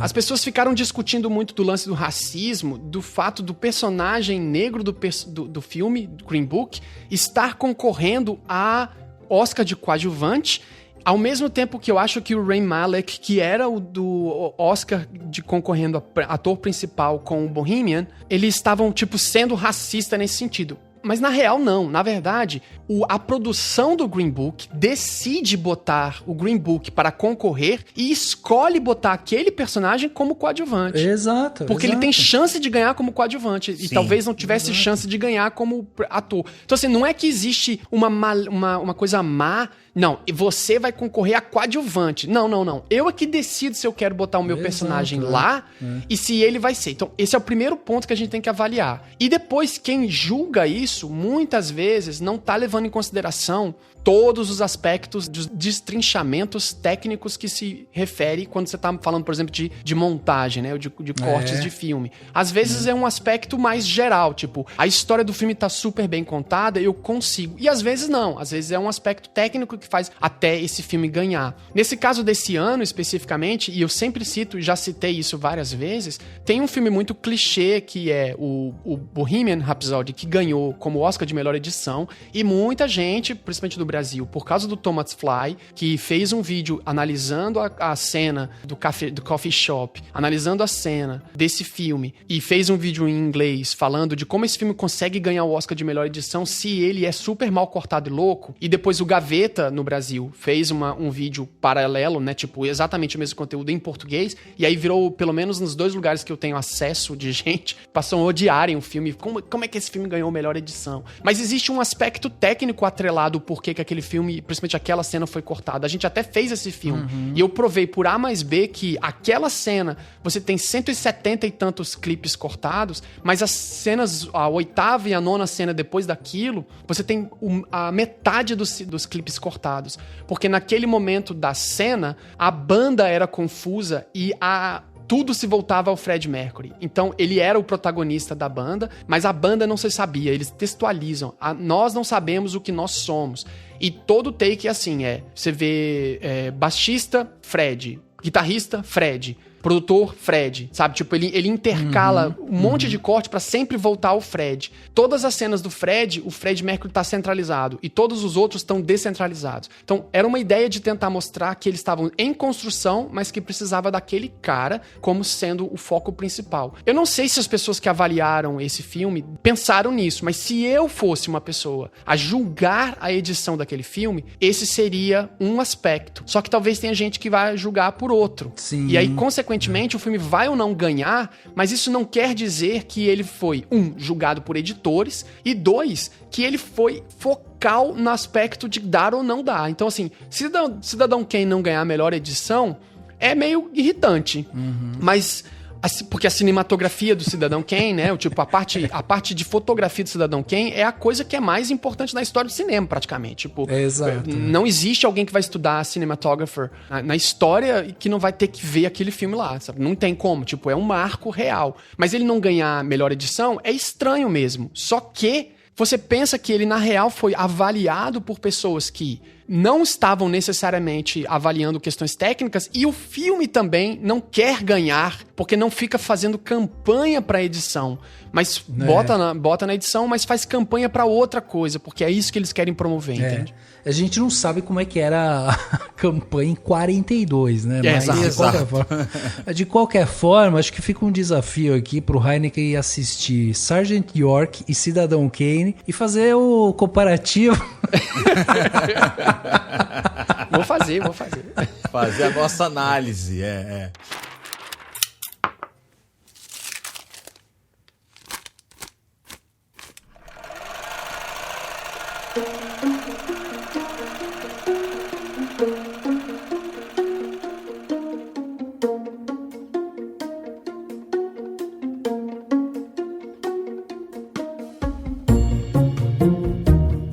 Às vezes se confunde muito isso, assim, agora mesmo o filme do Elvis, por exemplo, é cheio de edição, de corte e tal, né, e fusões, e enfim, e tem essa confusão, às vezes, sobre que aspecto você está analisando. É pela técnica, o cara cortou mais rápido, é pela narrativa, que é o que o Heineken tá falando. Peraí, você tá olhando para 100 e poucos cortes, mas você não tá vendo o que ele quer dizer com esses 100 e tantos cortes? Exato. Montagem, na verdade, não tem esse nome à toa, porque às vezes, principalmente aqui no Brasil, no popular, a gente fala o editor, mas a gente esquece que é o montador.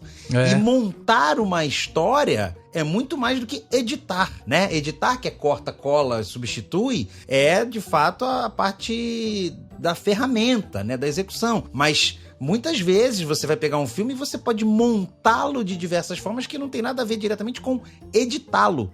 Né? Exato. Então a gente também tem que dar, como a gente falou ali atrás, esse passo pra trás e falar, peraí, tá com muito corte, eu não tô entendendo, deixa eu ver se tá querendo dizer alguma coisa, e às vezes não naturalmente, mas com um exercício um pouquinho mais aprofundado, chegaria nesse resultado que o Heineken falou. Então, por isso que eu falo, assim, e obviamente vou sempre levantar a bandeira aqui, não tirem montagem de uma das coisas principais, porque assim, cara, né, o próprio diretor, a gente vê o Tarantino editava com, acho que essa editora dele lá, que enfim, tá em todo o filme, porque quando o diretor acha o montador que é seu braço direito, cara, é muito sobre, a pessoa entender como aquele diretor quer contar a história, que a gente fala assim, meu amigo, você tá querendo isso aqui, mas não foi gravada essa cena, mas se a gente pegar aquela lá do final, colocar aqui pra deixar um gostinho pro espectador, então assim, montar é uma arte muito além de cortar e colar num programa de edição, né? E eu acho que esse é um dos grandes desafios de vocês, é mostrar que um filme como Nomadland, por exemplo,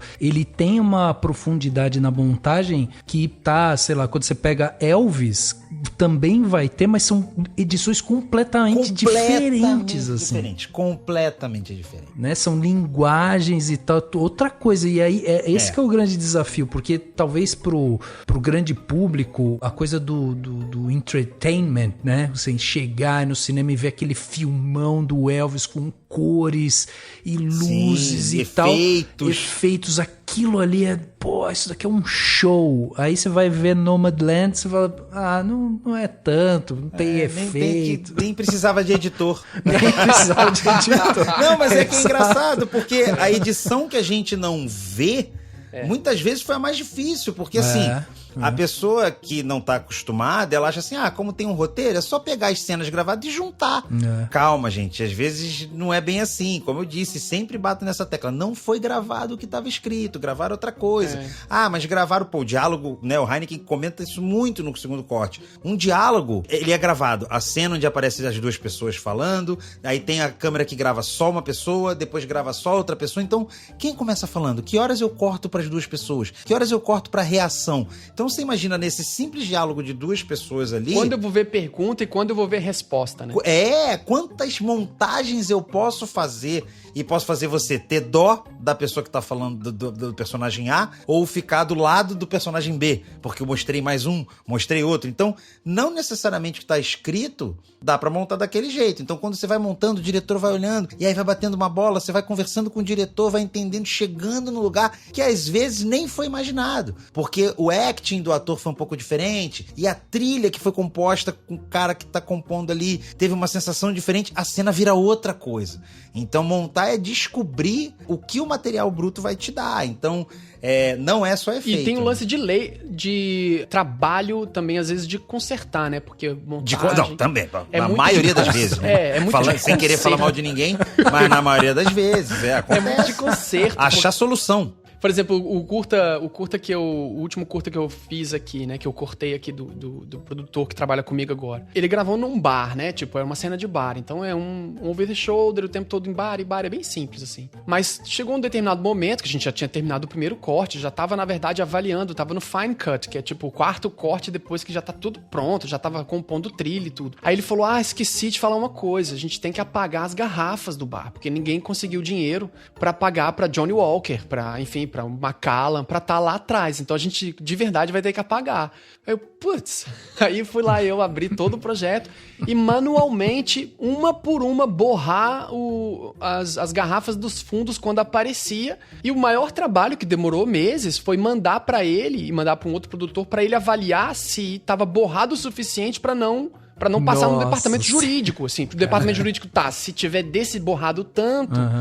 vai ficar sem problema jurídico, um pouco mais ou um pouco menos. Então a gente foi um pouco disso o trabalho, tipo, sei lá, 30% do meu trabalho foi corrigir essas coisas que nunca o público vai notar, nunca. A ideia é não perceber mesmo. Nunca. Só pra poder passar o filme, pro filme poder existir, eu tenho que corrigir essa coisa, e passa pela minha mão essa decisão. E aí acontecia também, nesse mesmo exemplo, de eu escolher um take, que o ator tava bem melhor, sabe, interpretando bem, e ele falava, não, a gente não vai usar esse take, vamos usar outro, procura outro. Eu falo, não tem outro take bom, esse é o melhor take, não. Eu falei, cara, eu tô assistindo 2 TB de arquivo aqui, não tem nada. Ele, não, eu quero outro. Aí ele vem na minha casa e olhou e falou, é porque gramaticalmente não tá certo, ele tá faltando plural na fala do cara. Como eu não sou nativo de inglês, pra mim tanto faz, o cara tá chorando, falando uma cena super chorosa, que a mulher dele tá morrendo, meio que tanto faz a gramática do inglês ou do português, né? Tipo, sei lá, dane-se se o cara não falou no plural, cara.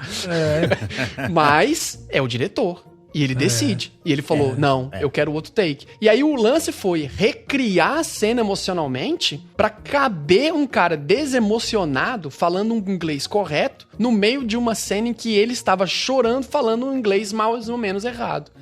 Então foi também uma coisa que o público nunca vai notar, mas assim, chega um momento que é meio que um trabalho você fazer aquilo funcionar daquele jeito, né? Não é daquela forma, né? Não tá naquele formato. Você não vê na cronologia, você não vê na cronologia que foi filmado, eu digo, né? E você também não vê na montagem. O áudio não foi criado ali. O cara não vira a câmera e aponta pro aeroporto e você tem o barulho do aeroporto porque tem barulho do aeroporto.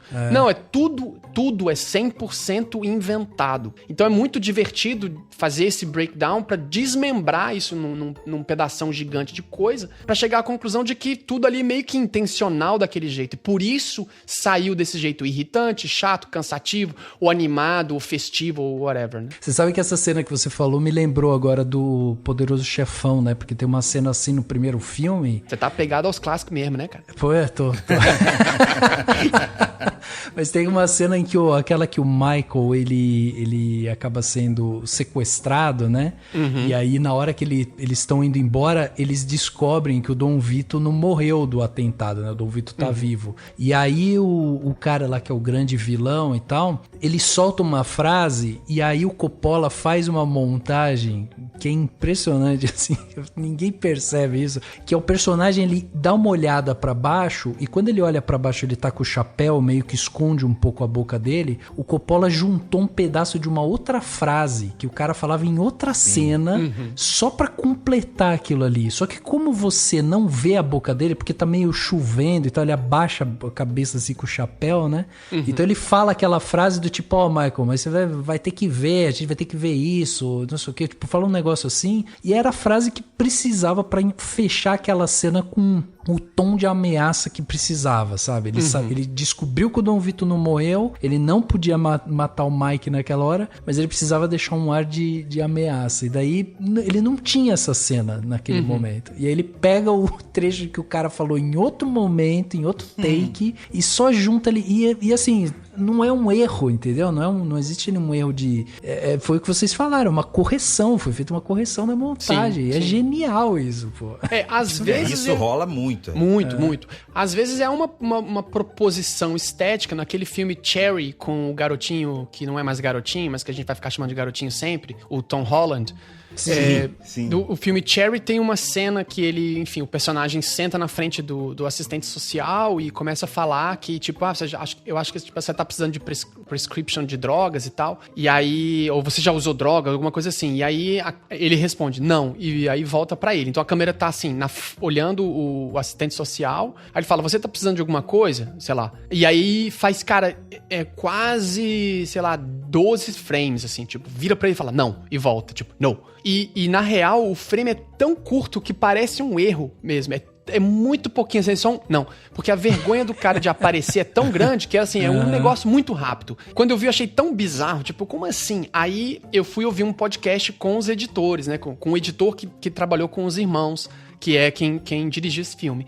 E aí o editor falou, cara, aquela... Porque aí o podcast era de editores, com editores, então eles perguntam essas coisas. Vem cá, aquela cena lá, aquilo tava escrito no roteiro, que era um cutaway tão rápido mesmo, tipo, cut to o cara respondendo não, e caraca, como que você chegou naquela conclusão? Porque é tão errado, tão estranho, que parece erro mesmo. E ele falou, não, aquilo foi a minha ideia de fazer uma coisa meio envergonhada do cara, tipo, ele tá querendo resolver a vida dele rápido, tá com vergonha, então a forma como eu fiz foi, corta pra ele pra responder não, mas nem termina de falar a palavra no, que já é curta, e volta pra câmera anterior. E aí ele falou, e eu fiz, mas achei que e ficou no primeiro corte, no segundo, no terceiro, no quarto, lá pro 10º tanto, que eles avaliam muitas vezes, os produtores e diretor, ele falou assim, eu acho que eles não repararam esse pedaço, porque assim... Eu acho que eles vão, alguma hora, falar... Não é possível que ninguém tenha ninguém reparou isso, porque assim, tá errado mesmo. E aí foi. Aí, lá pelas tantas, ele falou... Aí no finalzinho, antes da gente quase fechar o filme mesmo, eu perguntei... E aquela parte? Aí um deles falou... Não, a gente sacou, a gente achou divertido e vamos deixar.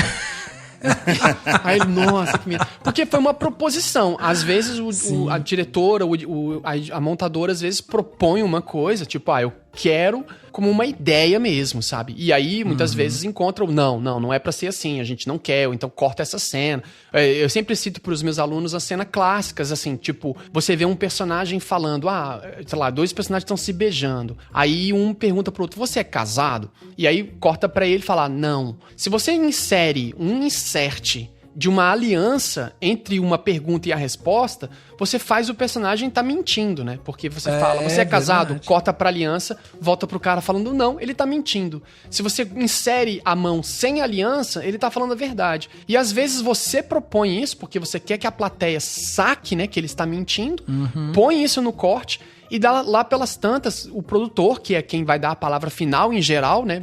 Geralmente, que é quem paga o filme, chega, senta, assiste e fala, não, eu não quero que a plateia saiba que ele tá mentindo nesse momento do filme. Eu quero que a plateia descubra que ele tá mentindo lá no final. Ou o contrário, fala, não, gente, vamos fazer com que a plateia perceba que ele tá doido bem no início, com o caso do Joker, por exemplo, né? Que a personagem entra na casa dele e fala, você é o Arthur do apartamento tal? E aí tem uma sequência de montagem de corte dele com ela e dele sem ela. Sim, é. Porque é pra mostrar que o que ele tava vivendo e o que a gente viu até então era tudo ilusão, na verdade. Quando eu tava assistindo, eu pensei, putz, se fosse o editor, eu não ia botar essas cenas, porque eu não preciso e isso às que vezes está ou não tá no roteiro também, né, Rainer? Exato, a gente vê muitas vezes. Às vezes é na montagem que o cara assiste e fala, peraí. Vamos chamar o roteirista aqui, porque talvez fique mais interessante a gente suprimir isso ou entregar logo. Ou um reshoot até, tipo, a gente precisa, então chama o ator de volta e vamos fazer só um áudio dele falando alguma coisa, a gente insere numa cena pra poder explicar porque eu tô sentindo falta disso aqui no final. Então é muita gente, né? A gente quase nunca sabe. Isso tudo pro espectador falar, não gostei dessa parte do filme. Achei covarde. Eu acho que não precisava ser assim. Gente, demais. Olha, vocês vão ouvir tudo isso e muito mais lá no dia 13 agora estreia, então, o segundo corte aqui no Cinemação com esses dois aqui, vai ser demais. Eu tô assim, ansioso já pra colocar no ar, pra ver o que a galera vai fazer. Também estamos. Mas, enfim, é isso. Fiquem atentos aí, segundo corte no Cinemação. Cara, vai ser demais.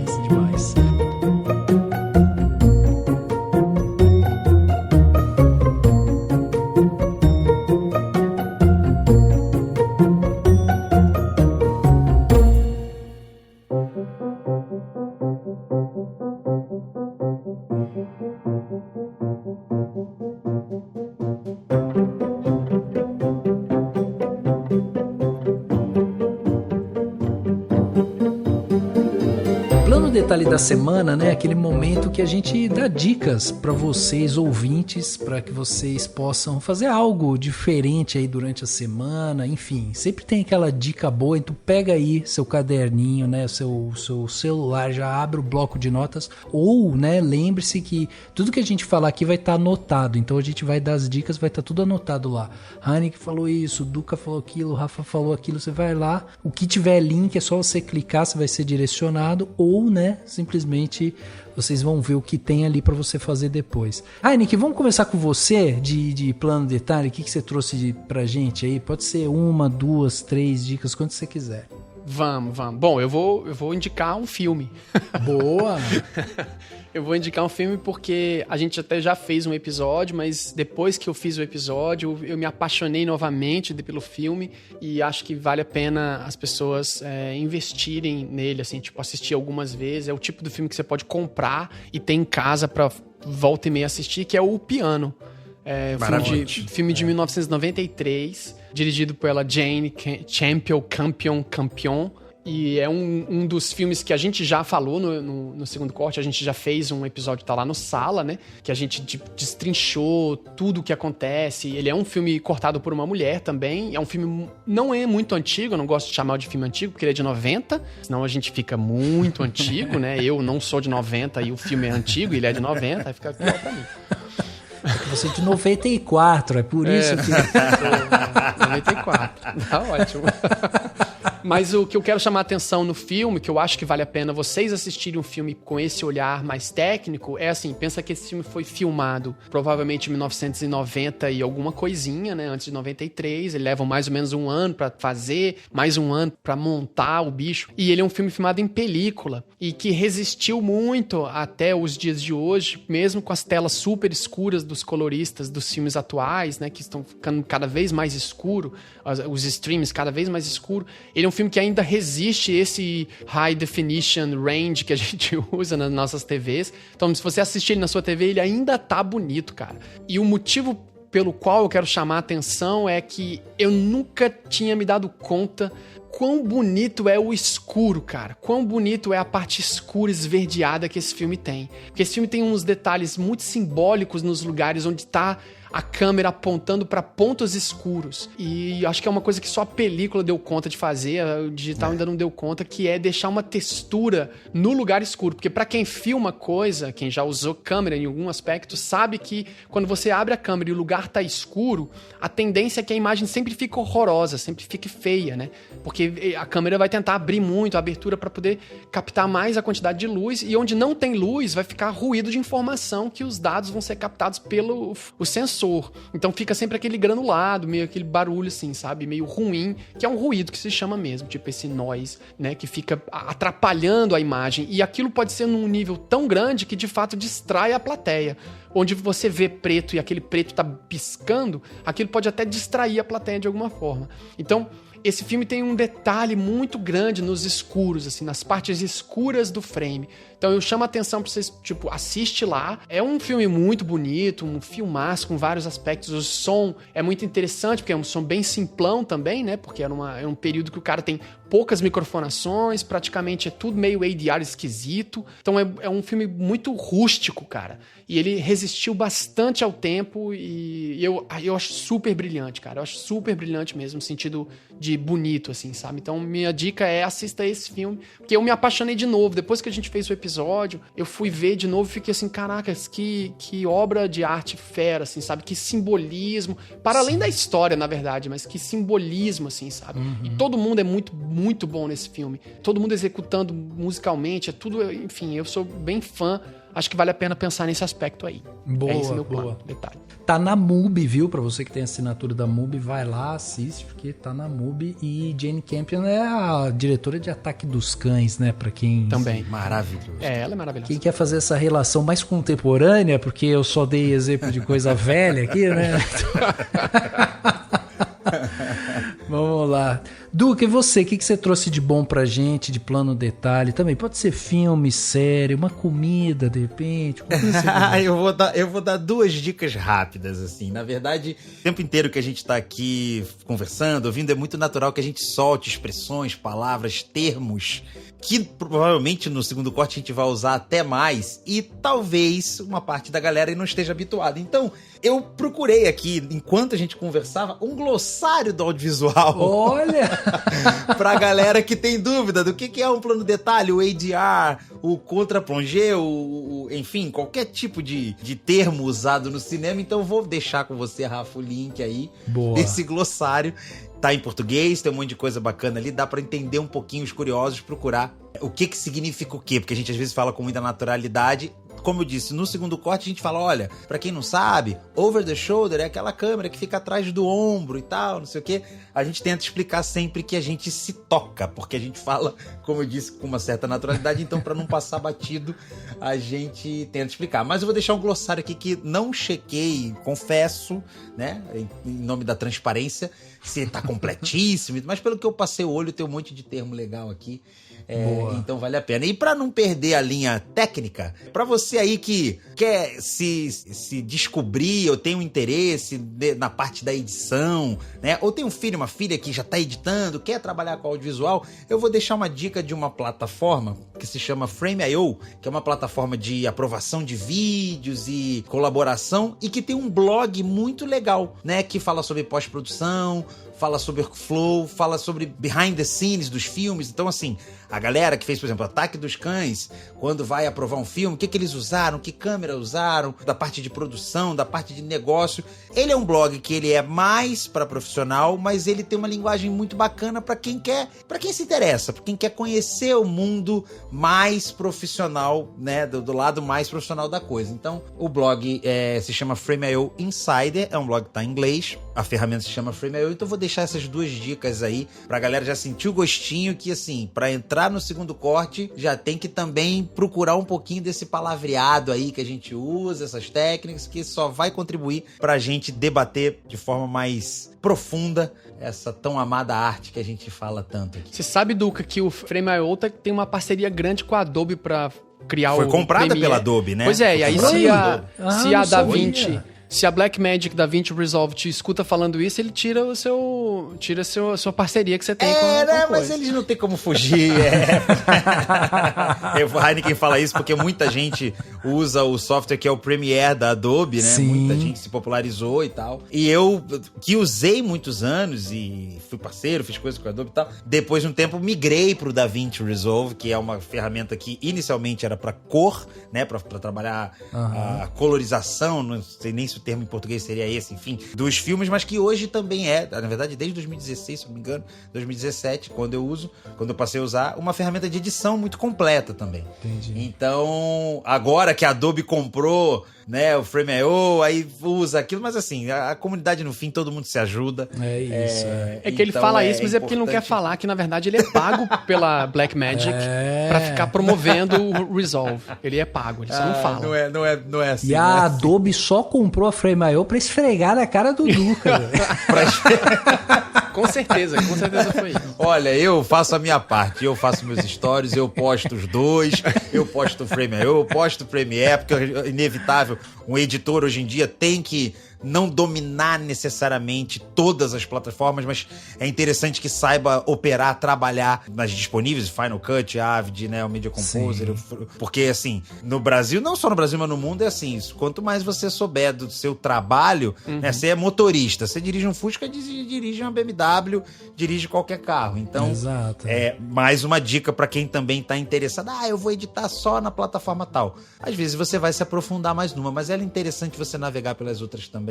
Fica essa dica aí para entender um pouquinho dos bastidores do audiovisual com um pouquinho de técnica, que é bem divertido também, são textos simples e tal, então recomendo bastante. Show de bola, tá aí recomendado. E eu vou fechar aqui o plano detalhe com uma série, eu acabei de ver faz pouco tempo, estou atrasado, mas né, só consegui ver agora, que é o The Bear, né, uma série aí que foi bastante premiada e tal, e vou falar que eu pensei em trazer ela justamente nesse episódio, porque uma das coisas que eu mais adorei nela foi justamente a montagem, assim. A história é muito interessante, né? Conta a história de um rapaz que herda um restaurante do irmão, o restaurante caindo aos pedaços e tal, e ele tinha um problema de relacionamento com o irmão e tal, e ele acaba usando o restaurante para tentar se reconectar, né? Com esse irmão, né? Simbolicamente ali e tal. Só que é um caos absoluto, assim. O restaurante tá completamente largado, endividado e tal, e ele precisa resolver aquele monte de problema que tá ali. E eu vou deixar aqui um destaque especial pro episódio 7, né, do The Bear, porque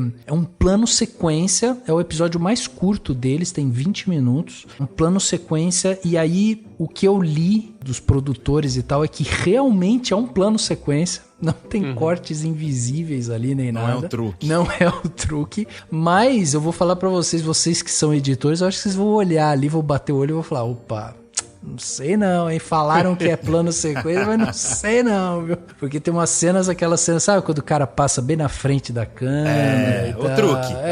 Pois é.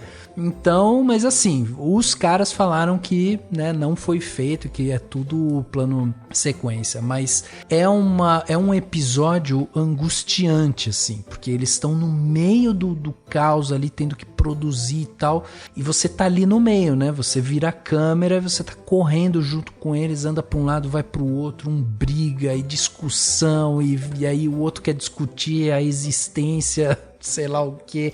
Olha, é uma confusão, uma sensação de claustrofobia, assim, também, né? Tudo muito fechado. Aliás, a série tem muito isso. Mas, enfim, eu achei uma série espetacular, assim. É muito bem montada. As atuações são ótimas, episódios curtos, né? Os primeiros episódios, inclusive, são uma loucura. Né? Uma loucura. E, Rafa, até se você me permite aqui, só pra eu não esquecer, muito legal você falar dessa série aí, óbvio que ela tá super falada, acho que é super legal, e a gente publicamente botar uma pilha aqui para nosso parceiro Heineken, ele já tá até rindo, porque eu sou um cara que eu assisto muita série, muita série. Assisto filmes razoavelmente bem, também gostaria de assistir mais, mas o tanto de assistir de série há muito tempo, eu acabo investindo mais em série do que filme, né? E aí fico nessa luta e forço uma barra. Entendi. Forço uma barra no segundo corte pro Heineken e falo, cara, tudo bem que você não assistiu a série, mas assiste pelo menos o episódio tal da série tal pra gente fazer. E já aconteceu no segundo corte, eu consegui 2 vezes falar sobre série. Caralho. 2 vezes. Foi uma luta. Com 40, sei lá quantos episódios, consegui. Então fica aqui meu pedido, abrir uma petição, abrir um abaixo-assinado, o que for, de todos os ouvintes, o Rafa, todo mundo que está nos ouvindo, pra gente botar uma pilha pra falar, pô, Heineken, Uma sériezinha ou outra, porque tem muito episódio 7 legal. do The Bear aí. Tá aí já uma dica, episódio 7 do The Bear. Mas porque série é uma demanda, né? Você tem que investir horas. E eu gosto 10 episódios são 10 filmes. Eu gosto de ver o filme mais de uma vez. Eu assisto 1, 2, 3 vezes. Então, imagina. Cada filme eu assisto 3 vezes. Se eu for fazer isso com a série... Agora, em minha defesa, o The Office, por exemplo, eu já saberia citar, se alguém quisesse me substituir. Porque eu tenho decor. Viu tudo.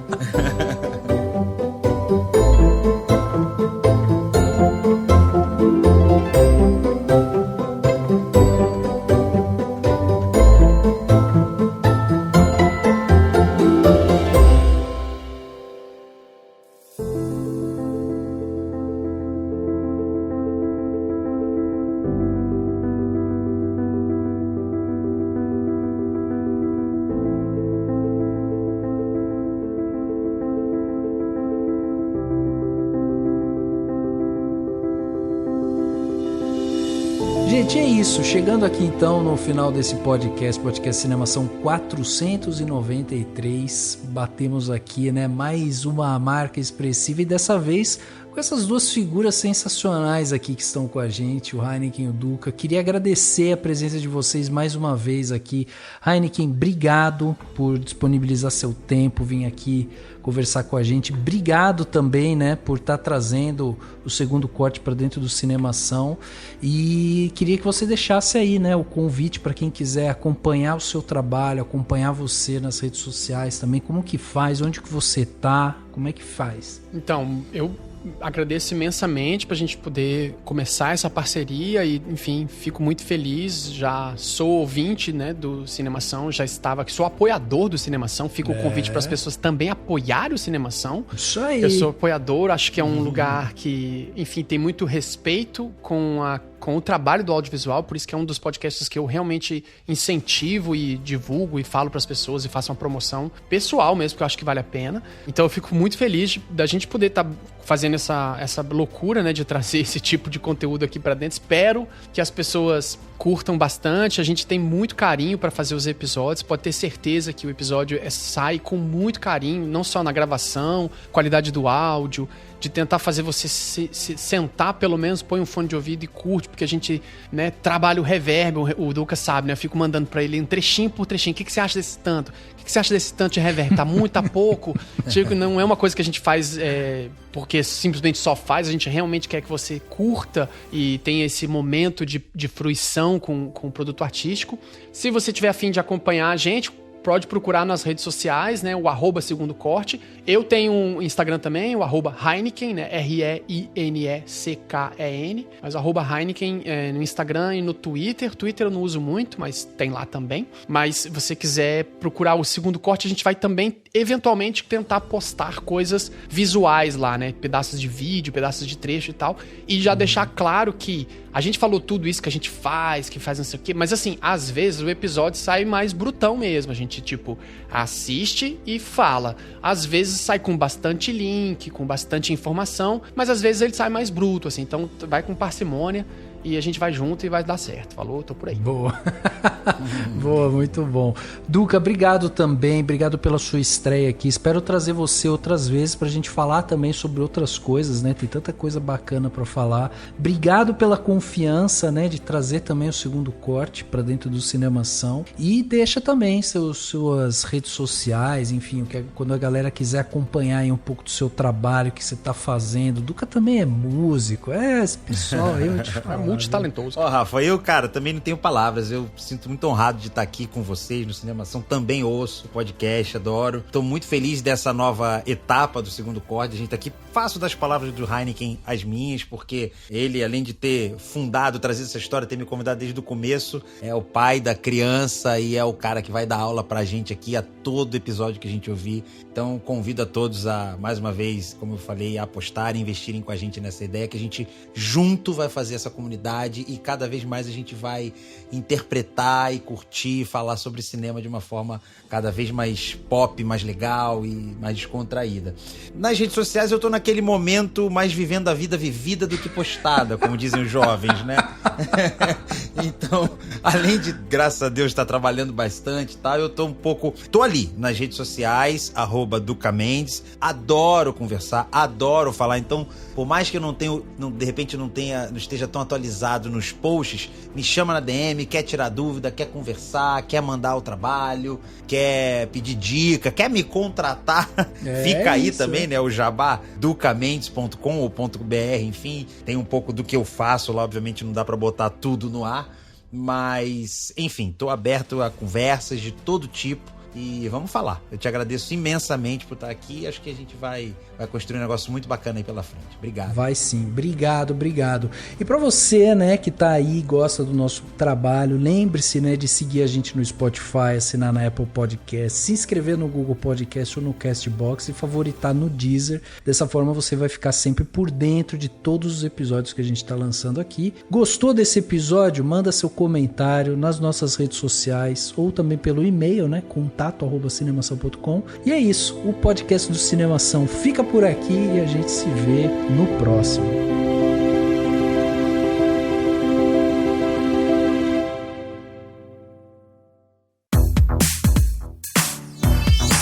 Esse podcast foi editado pela Isso Aí Design.